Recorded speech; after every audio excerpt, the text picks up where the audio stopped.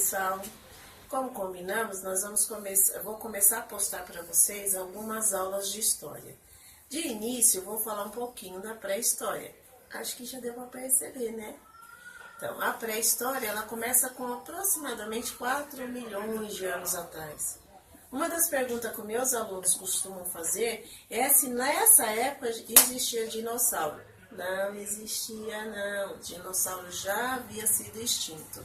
Então, vamos começar com a nossa primeira aula, a pré-história. Bom, pessoal, vamos começar a nossa primeira aula falando da pré-história. Essa imagem, ela é muito conhecida nos livros didáticos. É a evolução do homem. Então, vou procurar mostrar para vocês a característica de cada um desses homens. Cada um deles deixou sua marca na natureza. Tudo bem? Então, vamos lá. Os hominídeos, eles se dividem em dois grupos. O primeiro é o Australopithecus. Ele não tem influência nenhuma na natureza, né? Ele não produziu nada. E o segundo gênero é o Homo. E esse Homo é nesse ponto que pega, né, que tem mais dificuldade dos alunos entenderem. Porque o gênero Homo se divide em 4. O habilis, o erectus, o sapien e o sapiens sapiens. Por que habilis? É o habilidoso. Ele já construía alguma coisa para ele. O erectus já estava em pé, o sapiens usava inteligência e o sapiens sapiens somos nós. Um gênero não gerou outro, ele pode ter vivido juntos no passado. O Homo é diferente do Australopithecus somente pelo uso da inteligência. Então vamos lá, gente. Qual as características do Australopithecus? Veja bem, ó. Ele media 1,20 m, ele era pequeno. Ele pesava aproximadamente 30 kg. Surgiu na África, lá na Etiópia. Se alimentava de folhas e frutos, era nômade. Muitas pessoas me perguntam, o que é nômade? Nômade é aquela pessoa que não tem residência fixa. Então, o Australopithecus, ele vivia num determinado local. Acabava a comida ali, simplesmente ele ia para outro local. E assim ele foi sobrevivendo. Ele era mais parecido com um chimpanzé. E como eu disse no início do slide, surgiu aproximadamente há 4 milhões de anos atrás. Vou mostrar a imagem, né? O que a gente acredita ser mais parecido com o Australopithecus para vocês. É isso aí, tá ok? Vamos para o segundo, né? O segundo gênero, que seria o Homo habilis, o habilidoso. Esse surgiu 2 milhões de anos depois do Australopithecus. Também apareceu na África, né? Também os pesquisadores, os cientistas, descobriram na África restos, vestígios do habilis. Esse habilis, ele já fabricava suas ferramentas de pedra e de osso. Daí o nome, né? Habilidoso. Comia carcaça de animais deixada pelos predadores. Então, aqui nesse ponto, nós temos algo interessante para ser discutido. Veja bem, ó. Cientistas dizem que o Homo habilis se desenvolveu por ter começado a comer carne. Que carne? Resto de animais deixado na natureza pelos predadores maiores. Ok? Então, vamos para o terceiro. E aí eu tenho a imagem do que seria um Homo habilis, tá bom?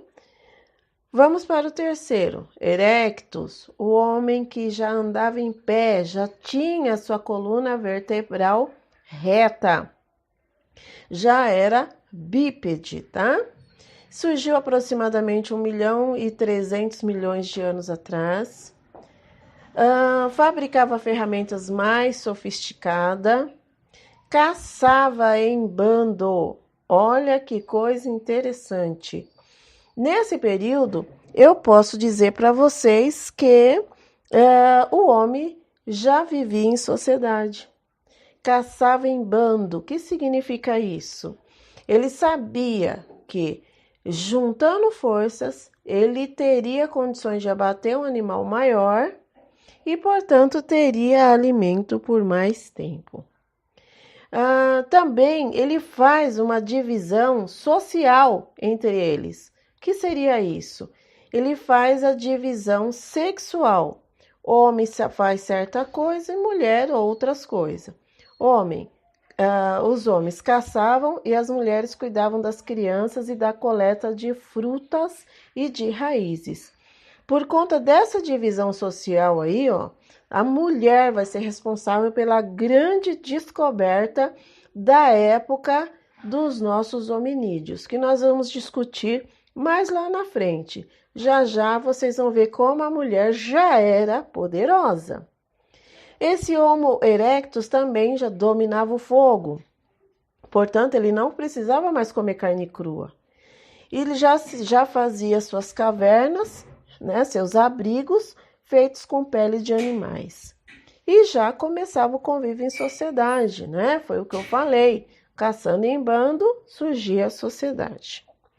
Depois disso, olha a imagem dele aí, né? Ele já tem uma convivência familiar.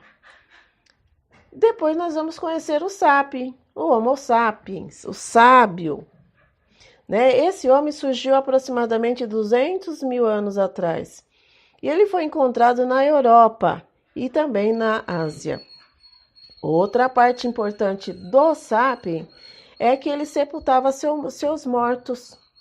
O interessante do sepultamento de mortos é que os cientistas perceberam que aqui nascia a religião. Como assim? Pela forma que eles sepultavam os mortos, eles tinham a esperança de uma vida após a morte.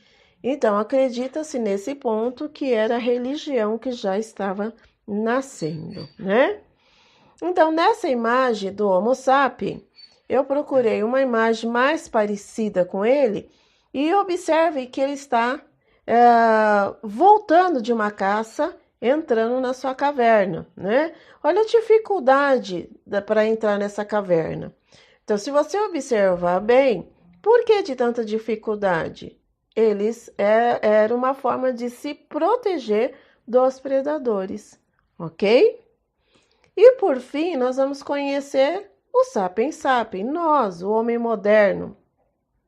Apareceu há cerca somente de 50 mil anos atrás na África, né? E qual é as características dele? Suas ferramentas eram de pedra, osso, marfim, chifres de animais. Fabricava anzóis, agulhas, arpões e armas, vestia-se com peles de couro, confeccionava os instrumentos de argila. Olha, interessante, ou seja, ele já produzia arte, tá vendo? E ele também era religioso, porque ele também sepultava seus mortos. Bom, olha essa imagem. O que vocês estão vendo de interessante nessa imagem? Talvez um homem com menos pelo? Pode ser, mas não é isso que eu gostaria que vocês verificassem. O que eu gostaria que vocês verificassem nessa imagem é a agricultura lá atrás. Olha lá. Eu não disse há pouco que a mulher havia descoberto algo muito importante? Olha aí a descoberta dela.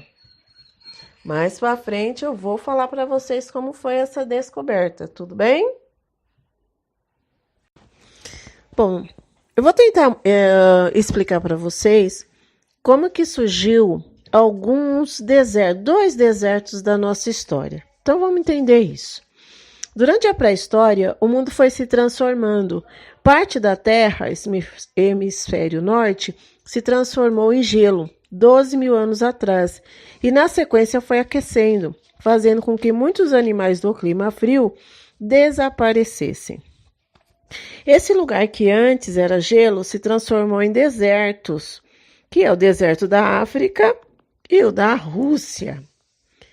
O homem precisava se deslocar à procura de alimentos. Nesse caso, ele era nômade. Depois de algum tempo, ele sentiu a necessidade de se fixar em algum lugar. E aí ele se tornou sedentário. Essa busca de sedentarismo foi justamente no começo, na descoberta da nossa agricultura. Então, a agricultura foi o foco, foi a parte fatal para que esse homem conseguisse se fixar em um certo ponto, se tornar sedentário, produzir seu alimento.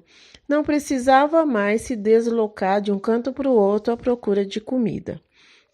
E essa fixação vai ser próximo a águas, a rios de água doce. E o mais importante dele, o rio Nilo. Nesse momento nascia ali, a Mesopotâmia, que vai ser alvo das nossas próximas aulas. A agricultura pode ter aparecido porque a caça estava cada vez mais escassa, E surgiu da observação das mulheres. Lembra que eu avisei da grande descoberta das mulheres? Então, quando separou, as classes sociais, o homem faz isso, mulher faz aquilo, e ela ficou com a responsabilidade de pegar frutos e folhas na mata. E ela comia esse fruto, ela percebeu que quando ela comia a sementinha do fruto que caía na terra, brotava. Pronto, olha a grande descoberta que essa mulher fez. Viu como somos poderosas? Bom, o pastoreio pode ter surgido junto com a agricultura. Os homens descobrem que domesticando os animais seria mais fácil para matá-lo na época da fome. E também usava sua pele, lã e o leite. E por incrível que pareça, o primeiro animal a ser domesticado foi o cachorro, pessoal. Os historiadores separam a pré-história e antes da agricultura como sendo o período paleolítico ou a idade da pedra lascada, e depois da agricultura, período neolítico ou idade da pedra polida, que será seguido pela idade dos metais. O homem da pré-história veio do continente asiático para a América e para a Austrália, Oceania, em várias ondas migratórias, que começaram com poucas pessoas e foi se alastrando, até a chegada de Pedro Álvares Cabral aqui.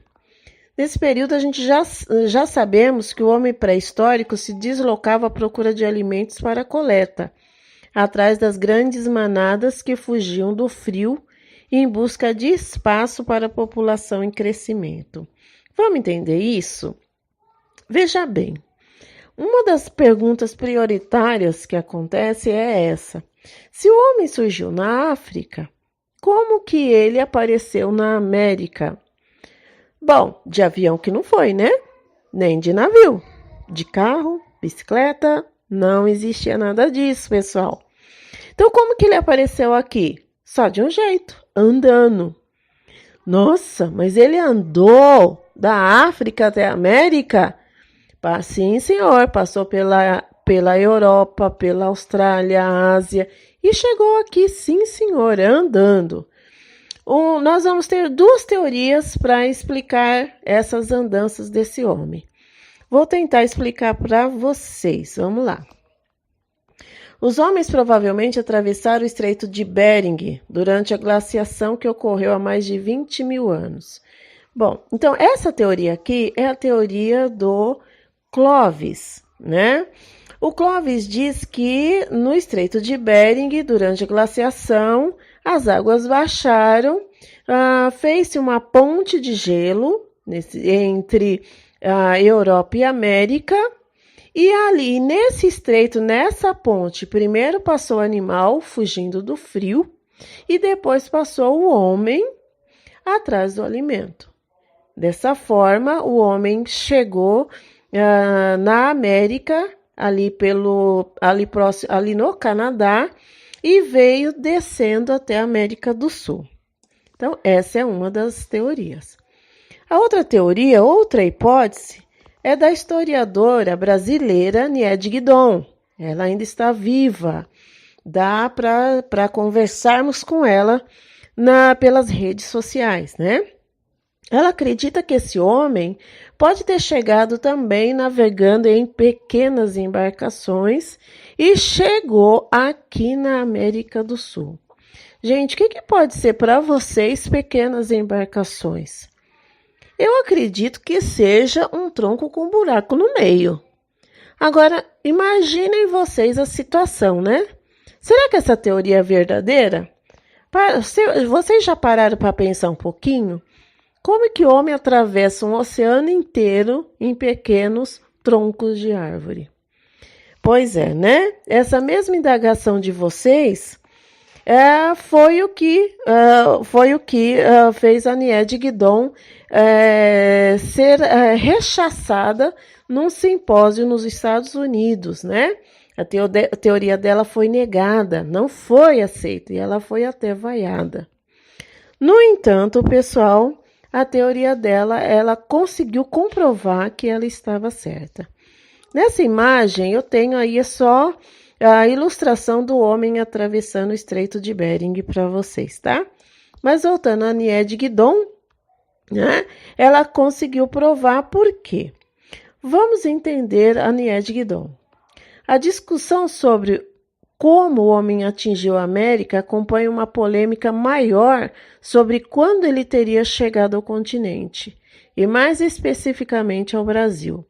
Embora existam muitas controvérsias em torno da data desse deslocamento, variando entre 15 a 70 mil anos atrás, porém, em 12 mil anos já existiam seres humanos no Brasil.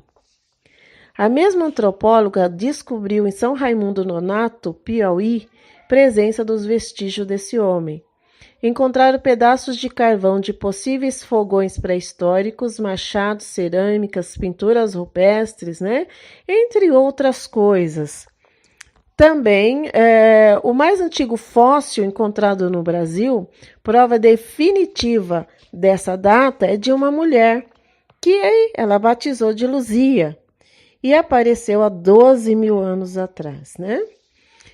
Os vários grupos humanos que chegaram à América foram diferenciando-se entre si, formando tribos. E quando o europeu chegou aqui, na América, existia mais de 1.200 línguas indígenas diferentes faladas aqui. Olha aí o nosso homem da pré-história, pessoal, tá vendo? Nossos indígenas são o nosso homem da pré-história. Bom, hoje sabemos sobre esses povos através dos estudos, desenhos deixados nas cavernas, cerâmicas, fogueiras, ferramentas, habitações, né? Tudo isso são provas que esse homem realmente existiu aqui. Nessa imagem, isso aí é uma arte rupestre, são desenhos deixados no fundo de cavernas. E eu gostaria que vocês olhassem bem essa imagem para a análise dela. O que vocês acham que esse homem da pré-história estava fazendo? Conseguiu pensar um pouquinho? Bom, vou tentar explicar para vocês. Olha o tamanho do animal que ele abateu. Lembra que eu falei? Juntando força, abatia um animal maior, tinha comida por mais tempo. Então, nessa imagem, nada mais é do que eles estão festejando, festejando essa caça. Eles vão ter alimento por mais tempo. Bom, por volta de 12 mil anos atrás, os povos que viviam no Brasil estavam espalhados pelos nosso território e tinham os mais variados modos de vida. Quando os europeus chegaram na América, consideraram as sociedades urbanizadas dos incas, maias e astecas mais evoluídas do que os desenvolveram nas florestas tropicais, do que os nossos índios brasileiros. Vejamos bem, isso é verdade? Vocês acham que os índios da América Central eram mais desenvolvidos que os índios da América do Sul? Não, pessoal. Não existia, não existe essa de mais evoluído ou menos evoluído. Olha bem, hoje em dia nós sabemos que as sociedades das florestas tropicais desenvolveram um modo de vida melhor adaptado ao meio em que viviam e não podem ser considerados atrasados em relação às outras ou mesmo ao novo modo de vida atual. Tá? O que acontece é que eles se desenvolveram com aquilo que a natureza lhes proporcionaram. Então, tá aí um erro, né? De achar que incas, maias e astecas eram mais desenvolvidos que os nossos indígenas. Eles só eram diferentes. Na região da Amazônia, os arqueólogos encontraram cerâmicas que datam de 11 mil anos atrás. Se vocês observaram, tiverem prestando atenção na aula, vocês vão ver que isso aqui é a teoria da Nied Guidon, né? A nossa Nied brasileira, e que foi rechaçada nos Estados Unidos, né? E ela está provando para outros historiadores, outros cientistas, outros antropólogos, que a teoria dela está correta. E porque vocês podem observar as datas para vocês verem, ó. 11 mil anos atrás ela data, né? Pessoas já, provas, né? De achados aqui no Brasil, tá bom? Isso aí é uma arte Tapajós, encontrada por ela. No Piauí, as cavernas do Parque da Capivara, em São Raimundo Nonato, existem pinturas rupestres de 17 mil anos atrás. Por volta de 3 mil anos atrás, os habitantes da região praticavam uma agricultura rudimentar e a cerâmica, né? Olha que peça maravilhosa. Gostaram? Tá vendo? Então vamos lá. Minas Gerais. Na região da Serra do Cipó, existe um importante sítio arqueológico de Lagoa Santa. Os arqueólogos afirmam que seus habitantes eram caçadores e foram aos poucos descendo o Rio São Francisco e povoando outras regiões, né? Em São Paulo, os primeiros vestígios humanos datam de 10 mil anos atrás. Os habitantes dessa região eram caçadores, moravam em acampamentos nômades, conheciam o fogo, possuíam uma divisão de trabalho baseado no sexo, igualzinho lá do Homo erectus, né? E eram os ancestrais dos nossos indígenas, encontrados pelos bandeirantes no século XVI. Tá vendo? Engraçado nessa parte, pessoal, é essa cultura indígena. Percebam bem, ó. Homem faz uma coisa, mulher faz outra. Então, como vocês acham que essa cultura chegou aqui a esse ponto e hoje continua do mesmo jeito, né? Por internet é que não foi, né, gente? Vamos lá. Também nas regiões Sudeste e Sul encontramos sambaquis. Alguém sabe o que é um sambaquis?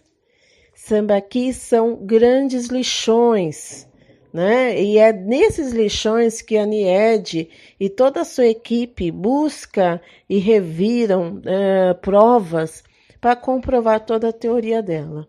Existe sambaquis de até 40 metros de altura, tá bom? E estão sempre em regiões litorâneas. Aqui uma pequena amostra do que pode ser um sambaquis para vocês, tá bom? Bom, presta atenção nesses dizeres, olha que interessante para vocês meditarem um pouquinho, tá? Lixões de hoje são sambaquis do futuro. Nos nossos lixões, nós encontramos plásticos, metais, isopor, papéis, lâmpadas, pilhas, materiais hospitalares, utensílios inúteis, resto de alimento, né? O que vocês acham que poderia dizer os arqueólogos do futuro sobre o nosso modelo de sociedade ao escavar em nossos milhares de lixões? Vamos pensar um pouquinho? Ou seja, o que vocês acham que os arqueólogos, professores de história, daqui uns 100, 200 anos, vão escrever sobre a gente, sobre o nosso modo de viver? Tá aí uma questão importante para a gente pensar um pouquinho, né? E começar a melhorar o nosso modo de vida, de sociedade, né? Bom, aqui eu gostaria que vocês ouvissem uma música, analisasse bem ela, pensasse muito bem nela, que eu vou deixar uma questão para vocês responderem, ok?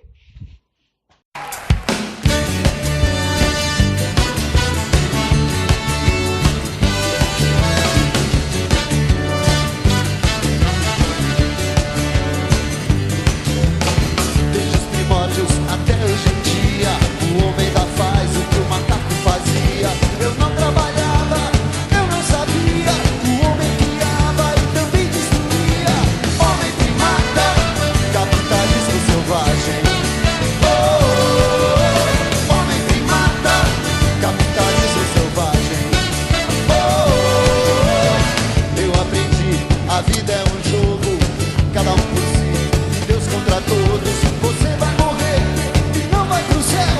É bom aprender, a vida é cruel. Homem que mata, capitalismo selvagem. Oh, oh, oh. Homem que mata, capitalismo selvagem.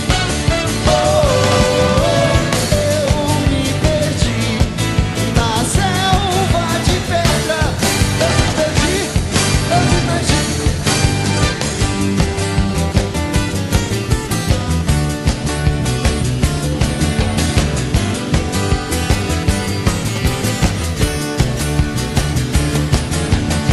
I am a kid man, a young man. I fight with my hands, with my hands. I am a gentleman, a monkey man. Concrete jungle, concrete jungle. Slave driver, the table is turning. Catch a fire, so you can get burned. Get burned, get burned. Slave driver, the table is turning. Catch a fire, so you can get burned. Get burned, get burned.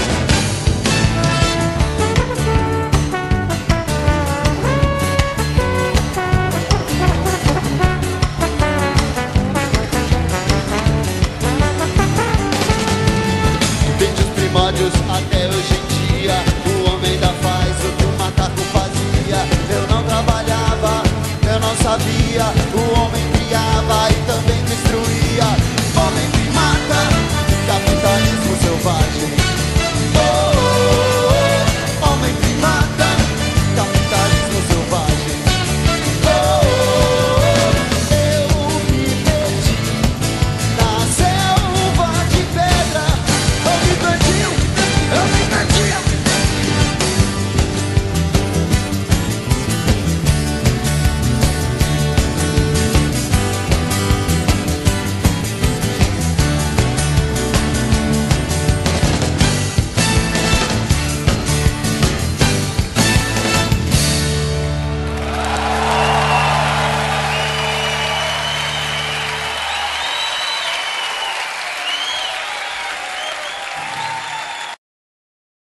Bom, pessoal, depois que vocês ouviram a música, analisaram as imagens do clipe, eu gostaria que vocês respondessem essa perguntinha para mim. Olha lá, ó. Na sua opinião, quem é o primata? O homem de 4 milhões de anos atrás que saqueava a natureza para sobreviver? Ou o homem atual que destrói a natureza pelo poder? Fica aí essa questãozinha para você meditar um pouquinho sobre o que foi ontem e hoje. E uma questão também importante é você sempre ter em mente que a história ela é importante por um simples motivo. Olha essa questão, olha. O homem que não conhece a sua história corre o risco de cometer o mesmo erro do passado no presente e no futuro. Então, até a próxima aula e fiquem todos com Deus.